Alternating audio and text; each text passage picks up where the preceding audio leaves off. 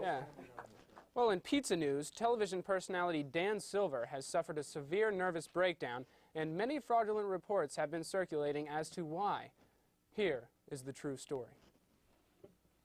3 television appearances, 126 devoted fans, a personality that changed the way we look at pizza forever.